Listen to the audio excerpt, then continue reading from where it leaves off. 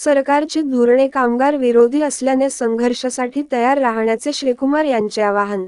केंद्र सरकारचे कायदे व धोरण दिवसेदिवस बदलत असून हे सर्व धोरण कामगार विरुद्ध असल्याचे आपल्याला संघर्षासाठी तयार राहायचे आहे, असे आवाहन कामगार युनियनचे राष्ट्रीय महासचिव श्रीकुमार यांनी केले आहे। ते भुसावळ फॅक्टरी येथील कामगार भवनांमध्ये पत्रकार परिषदेत बोलत होते। या प्रसंगी कामगार युनियन ऑर्डनन्स फॅक्टरी भुसावळचे महासचिव दिनेश राजगिरे, वरणगाव फॅक्टरीचे महासचिव एस पाटील, अध्यक्ष विशाल भालशंकर, महेंद्र पाटील, कार्य समिती सदस्य नवल भिडे आदी पदाधिकारी उपस्थित होते। श्रीकुमार यांनी सांगितले की गेल्या 8 वर्षापासून केंद्र सरकार ऑर्डनन्स फॅक्टरीचे खासगीकरण करण्याच्या तयारीत असून कॉर्पोरेशन झाल्याने ते कामगारांना दिवसेंदिवस घातक ठरत आहे। कोरोना काळात याच सरकारी कर्मचाऱ्यांनी देशासाठी अहोरात्र मेहनत घेतली होती।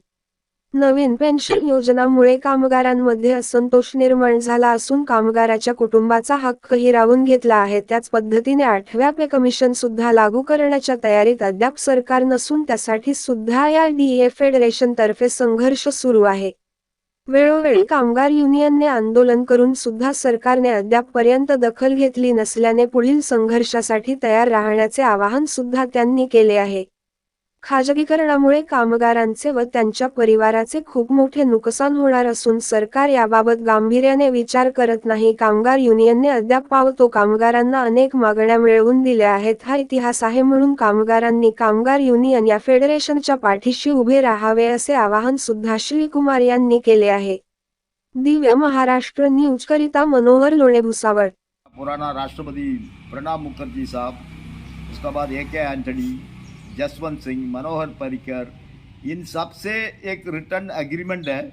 हम ऑर्डनेंस फैक्ट्रीज को कंपनी नहीं बनाएंगे, ऑर्डनेंस फैक्ट्रीज को कॉर्पोरेटाइज नहीं करेंगे, ऑर्डनेंस फैक्ट्री सरकार में ही रहेगा।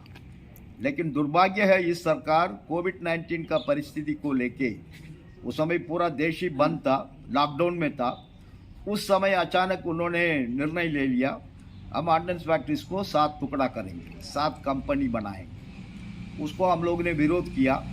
उसका खिलाफ में कोविड-19 परिस्थिति में भी हम लोग अनिश्चितकाल हड़ताल का नोटिस दिया। सरकार उसका पास पार्लियामेंट में मेजॉरिटी है करके एक ऐसा जंगली कानून, काला कानून पास किया, एटसा, एसेंशियल डिफेंस सर्विस एक्ट 2021। उसमें हड़ताल करेगा तो 1 साल जेल, हड़ताल का फेवर में भाषण बोलेगा तो 2 साल जेल, ऐसा प्रोविजन रखा था। उसका खिलाफ में all India defence employees federation AIDF ने दिल्ली हाई कोर्ट में एक बहुत सीनियर लॉयर को पकड़ के हम लोग ने केस फाइल किया। उस केस में हम लोग इतना पॉइंट्स सरकार का इस कानून का खिलाफ में रेस किया। सरकार का पास कोई ऑप्शन नहीं था। सरकार ने खुद आके कोर्ट में बोला अभी हम इसको ख़त्म कर रहा हूँ, हम आगे इसको कंटिन्यू नहीं करेंगे करके। अभी कोई ऐसा नहीं है AIDF ने दिल्ली हाई कोर्ट में फाइट करने का वजह से। ऐसा ही ये कॉरपोरेशन का खिलाफ में हम लोग ने मद्रास हाई कोर्ट में केस फाइल किया। वो केस भी अभी चल रहा है। लेकिन AIDF इतना पॉइंट्स एम्प्लॉयज़ का फेवर में, कर्मचारी का फेवर में रखा है, उसका वजह से सरकार ने खुद आके कोर्ट में बोला इन लोग रिटायरमेंट तक सरकार कर्मचारी रहेगा, हम किसी को भी ज़बरदस्ती कंपनी में नहीं डालेंगे करके आश्वासन दिया। लेकिन उस आश्वासन का अनुसार अभी तक गवर्नमेंट ऑर्डर इशू नहीं किया।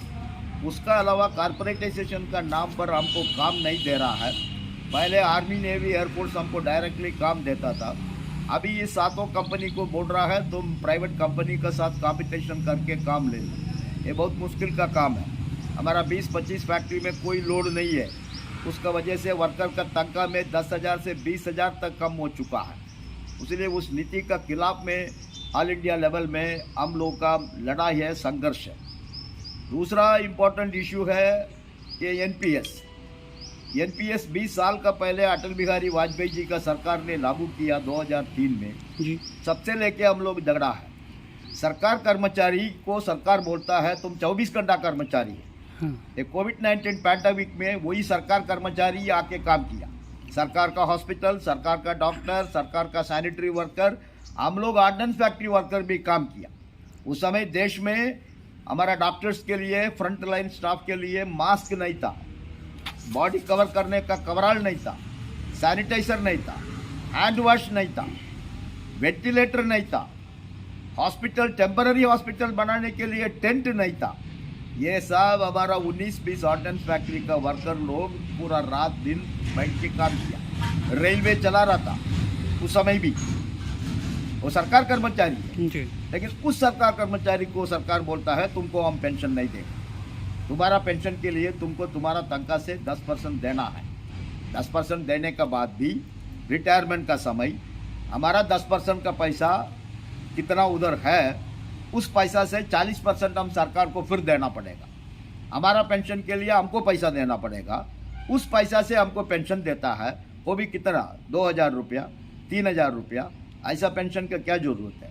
पुराना पेंशन में इतना सुविधा है आपका। हमारा कोई भी इश्यू, एक भी इश्यू सेटल करने का सरकार तैयार नहीं है, उसका खिलाफ में हम लड़ाई में है। एआईडीएफ संघर्ष में है, इसीलिए सरकार को नाराज है। सरकार सोचा इन लोग हमको इतना परेशान कर रहा है, इनका पीछे कितना कर्मचारी है, हम भी एक चुनाव में देखेंगे। अभी मेंबरशिप वेरिफिकेशन का चुनाव पूरा हिंदुस्तान में चल रहा है।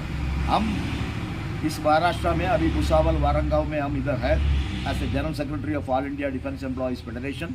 हम भुसावल और हमारा वारंगाव का कर्मचारी अपील करना चाहता हूँ आपके लिए लड़ाई करने के लिए, आपका इश्यूज लेके सरकार में संघर्ष करने के लिए।